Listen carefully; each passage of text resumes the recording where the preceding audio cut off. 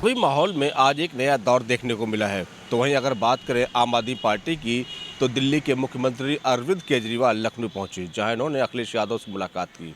तो वहीं अरविंद केजरीवाल ने पत्रकारों से बात की और उस दौरान उन्होंने ये भी कहा कि मेरे यहाँ पर आने का आखिरकार प्रयोजन क्या है। अरविंद केजरीवाल ने कहा है कि मैं लखनऊ की और उत्तर प्रदेश की जनता से अपील कर रहा हूँ कि वह इंडिया गठबंधन को ज़्यादा से ज़्यादा वोट देकर विजयी बनाए। इतना ही नहीं, भारतीय जनता पार्टी की 400 पार को लेकर जो नारे लगाए जा रहे हैं, उस पर अरविंद केजरीवाल ने और अखिलेश यादव दोनों ने ही अलग अलग मत रखा। आखिर ऐसा क्यों और क्या कुछ बातें हुई, आप खुद सुनिए। आज लखनऊ में मैं उत्तर प्रदेश के सभी मतदाताओं से इंडिया गठबंधन को भारी भरकम वोट देने के लिए, भारी मात्रा में वोट देने के लिए अपील करने के लिए आया हूं। मैं 4 बातें रखना चाहता हूं। पहले चारों बिंदु बता देता हूं, फिर उसको डिटेल में एक्सप्लेन करूंगा। पहला ये कि ये चुनाव भारतीय जनता पार्टी मोदी जी अपने लिए वोट नहीं, अमित शाह जी को प्रधानमंत्री बनाने के लिए वोट मांग रहे हैं। दूसरी बात, योगी आदित्यनाथ जी को अगर ये लोग जीत गए तो योगी आदित्यनाथ जी को 2 से 3 महीने के अंदर उत्तर प्रदेश के सीएम पद से हटा दिया जाएगा। नंबर 3, इन लोगों की पूरी तैयारी है, अगर ये लोग जीत गए तो संविधान को बदल के एससी एसटी और ओबीसी का रिजर्वेशन खत्म कर दिया जाएगा। और नंबर 4, जो आंकड़े अब देश भर से आ रहे हैं वो ये दिखा रहे हैं कि 4 जून को इंडिया गठबंधन की सरकार बनने जा रही है और एनडीए को और बीजेपी को बहुत कम सीटें मिलने जा रही हैं। अब मैं अपने सबसे पहले पॉइंट पे आता हूं। जब 2014 में प्रधानमंत्री बने थे नरेंद्र मोदी जी, तो उन्होंने खुद एक रूल बनाया था कि भारतीय जनता पार्टी के अंदर और उनकी सरकारों में 75 वर्ष से ऊपर कोई भी व्यक्ति होगा तो उसको संगठन में और सरकार में किसी भी पद पे नहीं रखा जाएगा, उसको रिटायर कर दिया जाएगा। और उसका सबसे पहले उस रूल के तहत आडवाणी जी को और मुरली मनोहर जोशी जी को रिटायर किया गया था। और उसके बाद तमाम यशवंत सिन्हा जी, सुमित्रा महाजन जी, कई लोगों को यहाँ टिकट नहीं मिली। कई लोग जो पद पे बैठे हुए थे उनको पद से इस्तीफा दिलवा के उनको हटाया गया। ऐसे कई सारे लोग हैं। तो अब अगले साल 17 सितंबर को प्रधानमंत्री मोदी जी 75 साल के होंगे और मोदी जी ने तय कर लिया है कि अमित शाह जी को वो अपना वारिस बनाएंगे और अमित शाह जी अगले साल 17 सितंबर को देश के प्रधानमंत्री बनाने का उन्होंने तय किया है मोदी जी ने। इसके ऊपर मोदी जी पिछले 1-2 साल से लगे भी हुए हैं, क्योंकि भारतीय जनता पार्टी के अंदर अमित शाह जी के सामने जो जो बाधाएं पैदा कर सकता था नेता, एक एक करके उन सब नेताओं को साइड कर दिया गया, उनका पत्ता साफ कर दिया गया। शिवराज सिंह चौहान को हटा दिया गया, वसुंधरा राजे को हटा दिया गया, डॉक्टर रमन सिंह को हटा दिया गया, देवेंद्र फडणवीस को खत्म कर दिया गया, खट्टर साहब को खत्म कर दिया गया, एक एक करके सबको खत्म कर दिया गया। अब योगी आदित्यनाथ जी को इन्होंने हटाने का पूरा मन बना लिया है और अगर इनकी सरकार बनी तो 2 महीने के अंदर योगी जी को भी उत्तर प्रदेश के सीएम से हटा दिया जाएगा।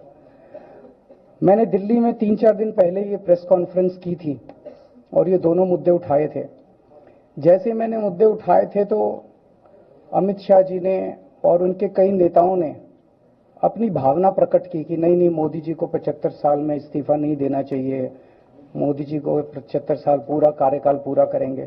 उन सब की भावनाओं की मैं कद्र करता हूं, क्योंकि अपने नेता के लिए जब भी ऐसी बात होती है तो सब लोग सामने आके बात करते हैं। लेकिन बड़ी बात यह है कि मोदी जी ने ऐसा नहीं कहा कि मैं 75 साल पे इस्तीफा नहीं दूंगा, मैं रिटायर नहीं होऊंगा।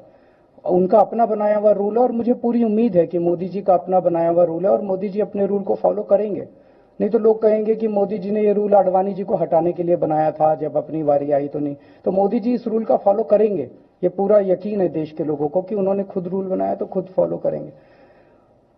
दूसरी बड़ी बात जो हुई कि जब मैंने कहा कि योगी आदित्यनाथ जी को 2 महीने में हटा दिया जाएगा, इस पे अभी तक भाजपा के किसी नेता की टिप्पणी नहीं आई है। 4 दिन हो गए, इसका मतलब ये तो कंफर्म करता है कि उन्होंने पूरी प्लानिंग कर ली है और उनके पक्ष में कोई बोलने के लिए तैयार नहीं है योगी आदित्यनाथ जी के। तो उनका हटना अब लगभग तय है कि योगी आदित्यनाथ जी को उत्तर प्रदेश के सीएम पद से हटाया जाएगा। दूसरी चीज, मैं उत्तर प्रदेश के सभी मतदाताओं को कहना चाहता हूं कि पिछले 4-5 महीने से इन्होंने शोर मचा रखा है, 400 पार 400 पार 400। क्यों? कहते हैं नहीं मोदी जी कुछ बड़ा काम करना चाहते हैं। तो लोगों ने खोद खोद के पूछा, भाई क्या बड़ा काम करना चाहते हैं, कुछ बताओ तो सही। दूसरी चीज, मैं उत्तर प्रदेश के सभी मतदाताओं को कहना चाहता हूं कि पिछले 4-5 महीने से इन्होंने शोर मचा रखा है, 400 पार 400 पार 400। क्यों? कहते हैं नहीं मोदी जी कुछ बड़ा काम करना चाहते हैं। तो लोगों ने खोद खोद के पूछा, भाई क्या बड़ा काम करना चाहते हैं, कुछ बताओ तो सही। तो उन्होंने नहीं बताया।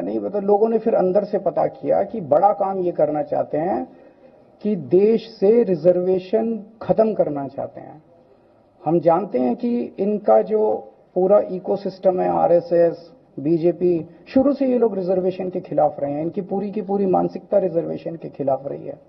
तो मैं सभी लोगों को ये आगाह करना चाहता हूं कि ये बड़ा काम इनको 400 पार इसीलिए चाहिए क्योंकि ये रिजर्वेशन खत्म करना चाहते हैं। संविधान को, बाबा साहब अंबेडकर ने जो संविधान बनाया था, उस संविधान को ये तार तार करना चाहते हैं। पूरे देश भर से अब जो ट्रेंड आ रहे हैं, वो ट्रेंड ये दिखाते हैं कि भारतीय जनता पार्टी को 250 से भी नीचे, मेरे हिसाब से 220 के आसपास, 3-4 दिन पहले भी मैंने कहा था, 220 से कम सीटें इनकी आती हुई नजर आ रही हैं। आप हिसाब लगा लीजिए। मैं हरियाणा होके आ रहा हूं कल परसों, हरियाणा में इनकी बहुत कम हो रही हैं, दिल्ली में इनकी बहुत कम हो रही हैं, पंजाब में मुझे नहीं लगता इनकी कोई सीट आ रही है, कर्नाटक में इनकी काफी कम हो रही हैं, महाराष्ट्र में इनकी बहुत कम हो रही हैं, बंगाल में इनकी कम हो रही हैं, यूपी में इनकी कम हो रही हैं, बिहार में इनकी कम हो रही हैं, झारखंड में इनकी कम हो रही हैं, राजस्थान में इनकी कम हो रही हैं। तो इनकी सीटें आ कहां रही हैं? तो इनकी 220 के नीचे सीट आ रही हैं। इनकी सरकार बीजेपी की सरकार नहीं बन रही है, इंडिया गठबंधन की सरकार बनेगी और इंडिया गठबंधन की सरकार जो है वो देश को एक प्रगति के रास्ते के ऊपर लेके जाएगी। इस तरह से जो पूरे देश के अंदर एक नेगेटिविटी इन लोगों ने फैलाई है, उसको हम लोग ठीक करेंगे।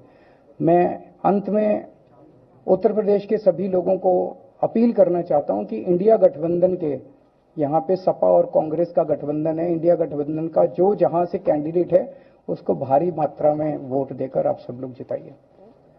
आदरणीय अरविंद केजरीवाल जी का मैं धन्यवाद देता हूं। उन्होंने बहुत महत्वपूर्ण बातें आपके सामने रखी हैं। जो देश का माहौल है और 4 चरणों में भारतीय जनता पार्टी चारों खाने चित्त हो चुकी है और उनके आंसुओं की नदी उफान में है। भारतीय जनता पार्टी जो 400 पार का नारा दे रहे थे, अब समझ में आया है 4 चरणों के बाद, वो बात तो ठीक है कि आरक्षण पे सबसे पहले हमला करेंगे, लेकिन 400 पार नारा इसीलिए दे रहे हैं कि 543 में 400 के बाद वो सीटें देख रहे हैं, तो वो केवल 143 बन रही हैं। तो वो स्वयं स्वीकार कर रहे हैं कि 143 से ज्यादा वो सीटें जीतने वाले नहीं हैं, क्योंकि 400 पार सीटें 143 ही बनती हैं और 140 करोड़ की जनता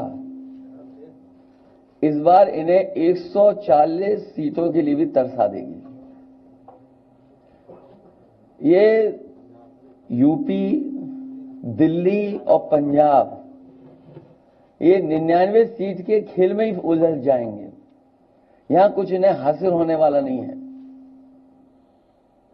रोटी कपड़ा और मकान की तो लड़ाई हम लोग लड़ेंगे, लेकिन रोटी कपड़ा और मकान से पहले हमें संविधान बचाना है।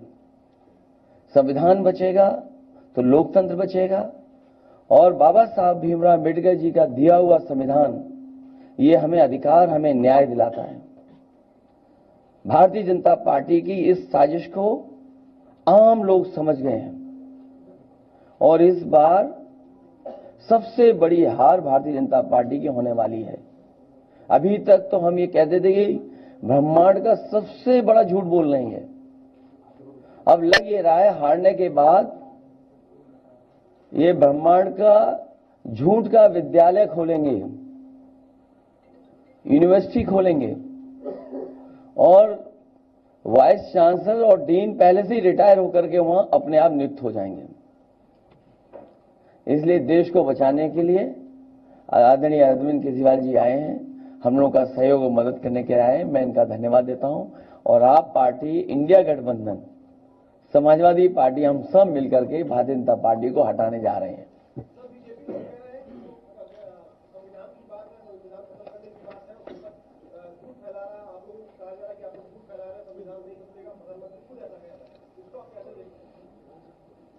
उनकी कौन सी बात सच निकलेगी? अभी आपसे कहा कि 75 साल वाला जो वो है रूल नियम, उसको तो फॉलो किया जाएगा ना, इसी से पता लग जाएगा। और एक मिनट, अगर आप इनका इतिहास उठा के देखें पिछले 75 साल का, जनसंघ का, आरएसएस का, थ्रू आउट ये लोग रिजर्वेशन के खिलाफ रहे हैं। तो अब 400 सीटें लाके ये संविधान बदल के उस रिजर्वेशन को खत्म करना चाहते हैं। अरविंद जी, स्वाति मालीवाल के मामले में अभी तक आप कुछ बोले नहीं है। आपके ओर से आपके साथ में स्वाति मालीवाल के मामले में अभी तक, अरे उससे ज्यादा जरूरी और चीजें भी हैं, कागज हम निकाल लिए। अरविंद जी, आज आपके साथ में वो है, आज आपके साथ में भी आए आपके, भाजपाई किसी के सगे नहीं है। क्या बोलेंगे स्वाति मालीवाल के बारे में, क्या बोलेंगे आप? ये है कि भाजपाई किसी के सगे नहीं है और भाजपाई झूठे मुकदमे लगाने वाला गैंग है। वीडियो जर्नलिस्ट विशाल के साथ देवेंद्र प्रताप सिंह, प्रभात साक्षी न्यूज, लखनऊ। अगर आप भी लेना चाहते हैं देश दुनिया की तमाम जानकारी तो आज ही सब्सक्राइब करें हमारे चैनल को। साथ ही नीचे दिए बेल आइकन को जरूर दबाएं ताकि हर अपडेट आप तक पहुंच सके।